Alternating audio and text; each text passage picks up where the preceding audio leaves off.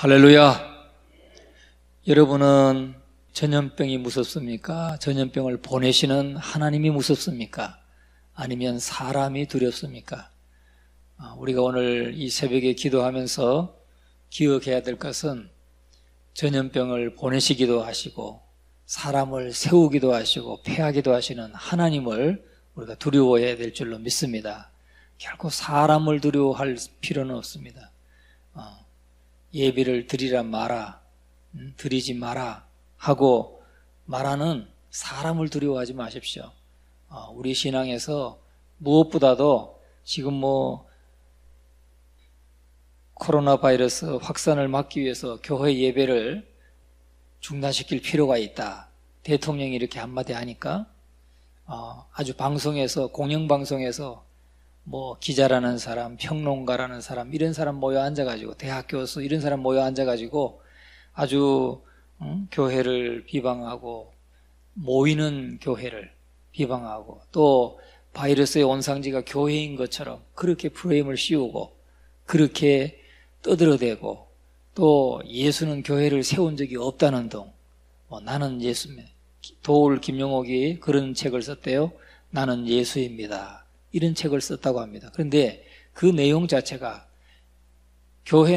예수는 교회를 세운 적이 없고, 또 성경은 다 문학서와 같다, 이렇게 얘기한다는 겁니다. 그 얘기를 공영방송에서 세 사람이 앉아서 히덕거리면서 교회를 폄훼합니다.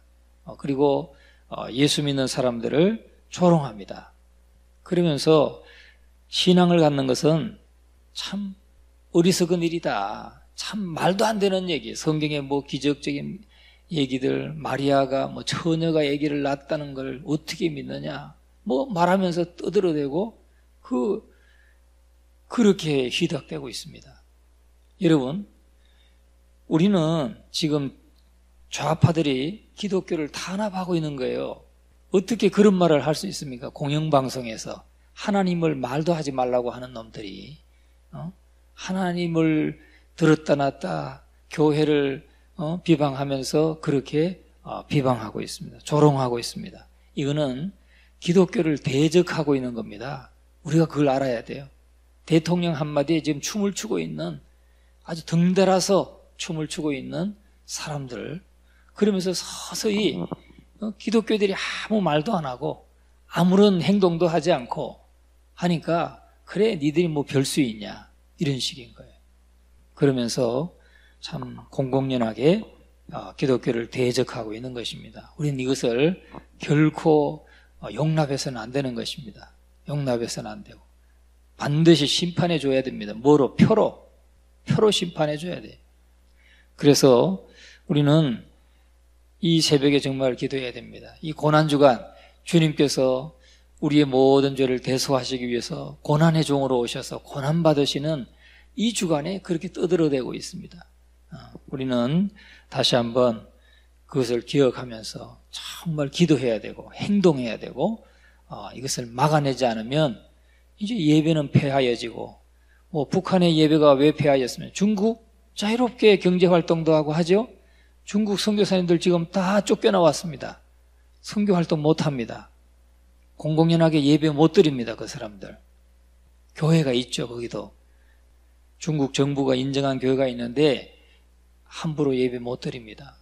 우리가 그런 걸 기억하면서 결코 이 좌파들이 득세하게 되면 예배가 폐하여진다는 거, 그걸 기억하시고 정말 이 고난주간 우리가 깨어서 또 나라를 위해서 기도해야 될 줄로 믿습니다. 오늘 이 본문은 예수님께서 나귀를 타시고 입성하시는 내용을 전파하고 있습니다. 예수님의 예루살렘 입성은 여러 가지 측면에서 많은 의미를 가지고 있습니다. 예수님께서 어떤 방식으로 예루살렘에 입성했는가, 또 예수님을 그 입성을 환영하고 환호했던 백성들이 도대체 어떤 사람들인가, 그리고 그들은 왜 그토록 예수님의 입성을 기뻐하고 환호했는가, 이런 것들을 우리가 생각해 봐야 됩니다. 그걸 생각해 보면 오늘 이 시대의 사람들이 왜 예수님을 반기고 있는가, 아니면 예수님을 배척하고 있는가, 이런 것들이 나오게 되는 것입니다. 예수님께서 예루살렘에 입성하실 때의 모습은 오늘 이 본문 7절에 나오고 있습니다. 우리 7절을 다시 한번 읽어봅니다.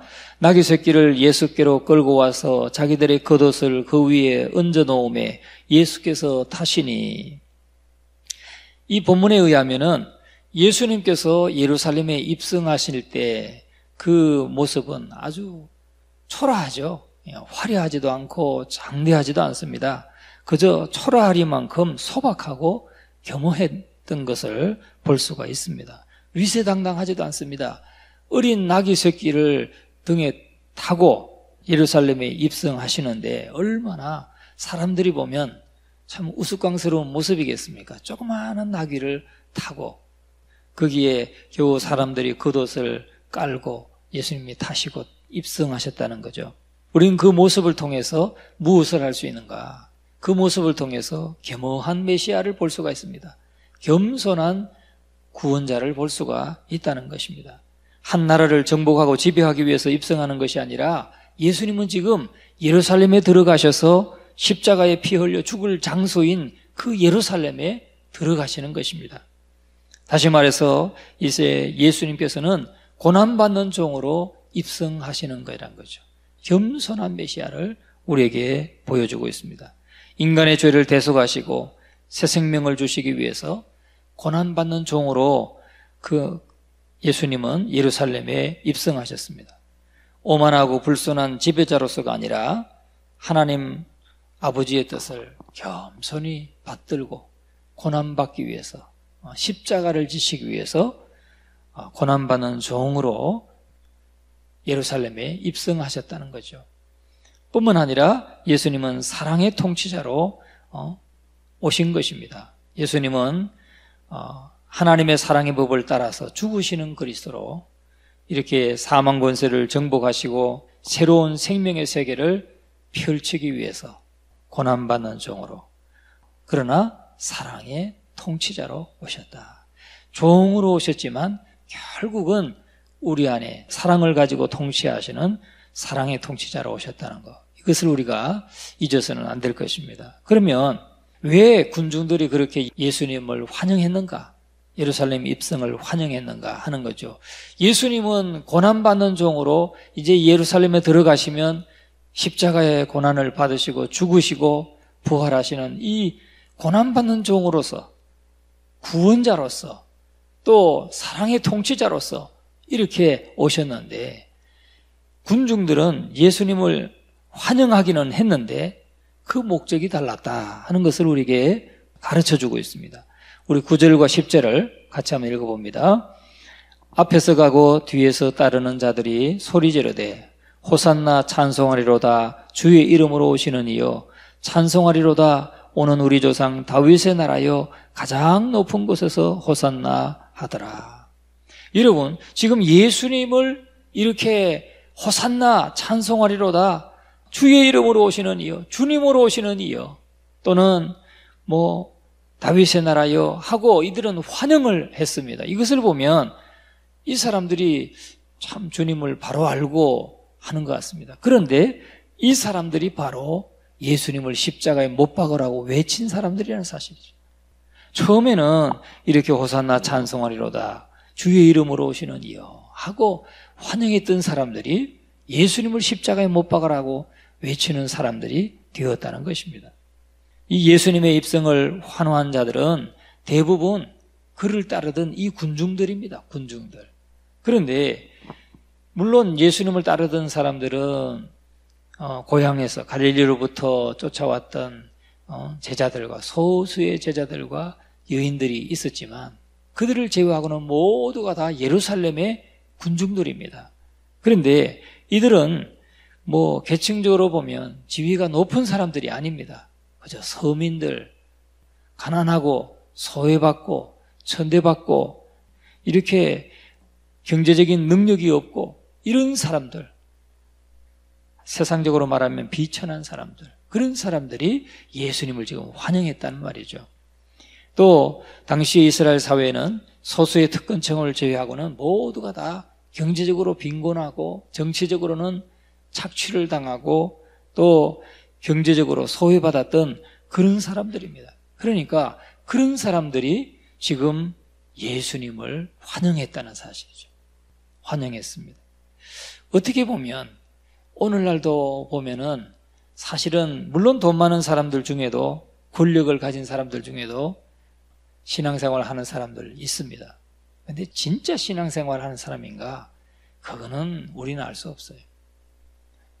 정말 보면은 이 사람이 신앙생활 하는 게 맞나? 여러분, 이재명 시장이 분당 우리 교회에 가끔 나간다는 사실을 여러분 아시나요? 그런 사람, 이 독재자적인 기질을 가지고 지금도 교회를 다 그냥 문 닫으라고 말하는 사람입니다. 물론 한시적이라고 말은 하지만 그게 한 달이 될지 두 달이 될지 몇 달이 될지 모르잖아요.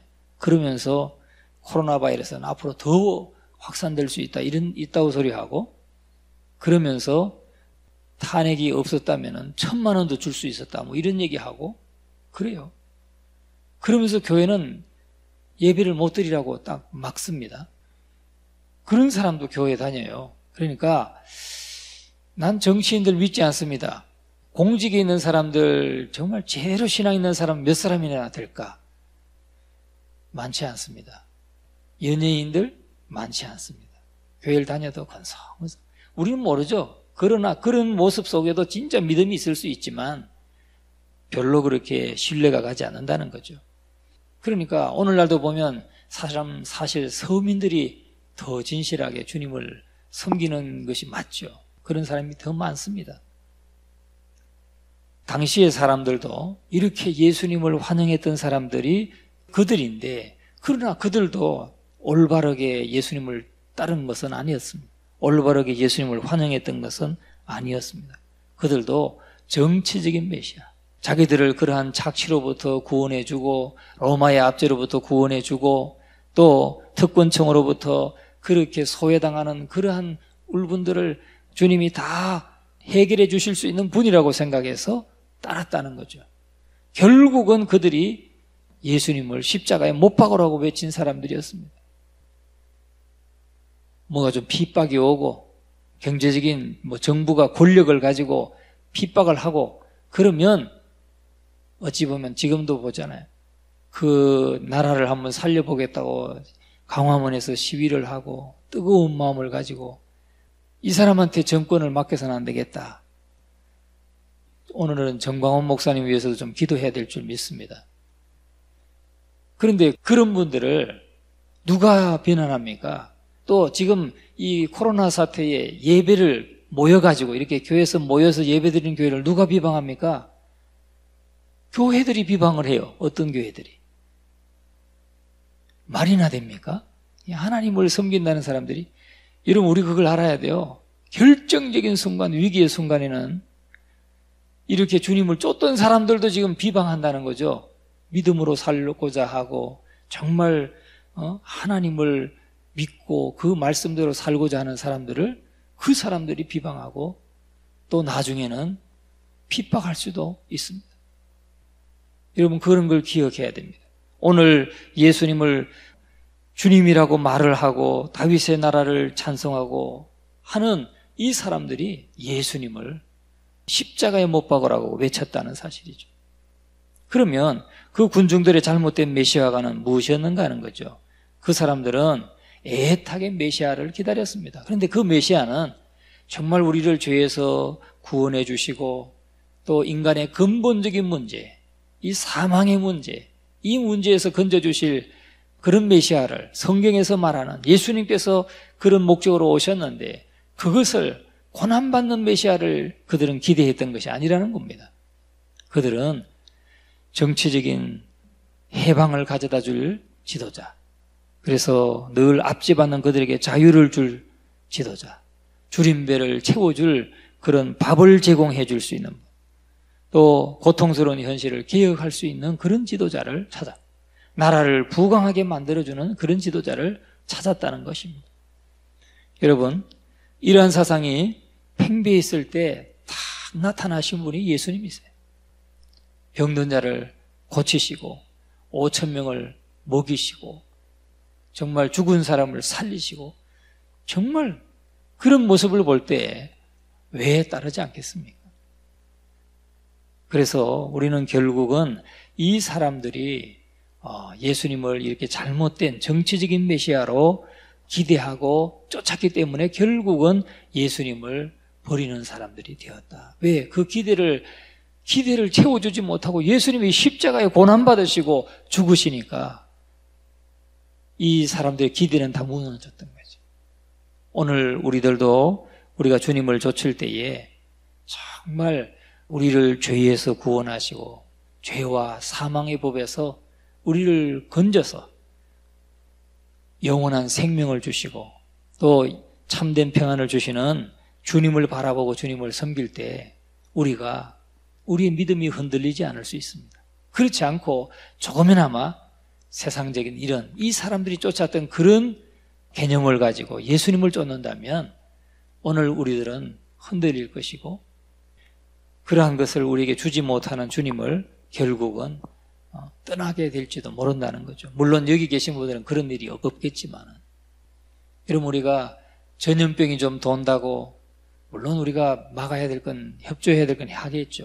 또 여러분 가실 때 꼭 방명록에 이름을 적으세요.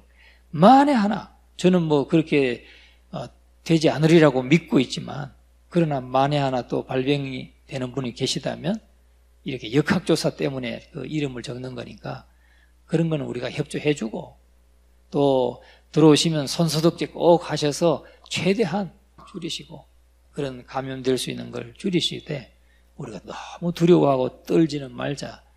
그리고 사람을 두려워하지 말라. 우리는 지금 시험을 받고 있는 겁니다. 지금 기독교가 정부가 뭐 한마디 말하니까 벌벌 떨고 거기에 그냥 맹종하는 그런 교회가 돼서는 안 된다는 거죠.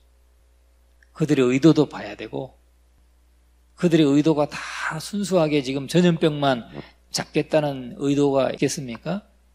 아니, 난 정치적인 목적도 충분히 있다고 봅니다. 여기에. 이렇게 사회적인 격리를 물론 효과 봤다고 자꾸 얘기는 하지만 그러면서도 한쪽에서는 또 더 엄청나게 지금 확산이 되고 있다고 또 말을 떠들어요. 불안감을 자꾸 조성하는 거죠. 그러면 투표하러도 많이 못 갈 것이고 그렇게 해서 이런 분명한 뭔가의 그 정치적인 목적도 있다고 봅니다. 우리가 그런 것들에 흔들리지 않는 믿음, 오직 우리의 생명을 주관하시고 전염병을 보내시기도 하시고 또 그걸 거두기도 하시고 다스리시는 그 하나님, 우리의 육신의 생명뿐만 아니라 우리의 영혼까지도 주관하시고 다스리시는 그 하나님을 두려워해야 될 줄로 믿습니다. 우린 그걸 지금 시험받고 있는 거예요. 지금 이 좌파들은 그걸 시험하고 있습니다. 말 한마디로. 좌파든 우파든 그렇게 예배를 지금 자기들 마음대로 폐할 수 있다고 생각하는 사람들은 다 그렇게 생각하는 겁니다. 우린 그것을 꼭 기억하시고 늘 깨워서 정말 고난받으시는 주님, 우리에게 영원한 생명 주시기 위해서 우리의 죄를 대속하시기 위해서 고난받으신 주님을 더 생각하시고 묵상하시고 또 기도하심으로 우리 이런 악한 자들의 모든 도모를 막아내야 될 줄로 믿습니다.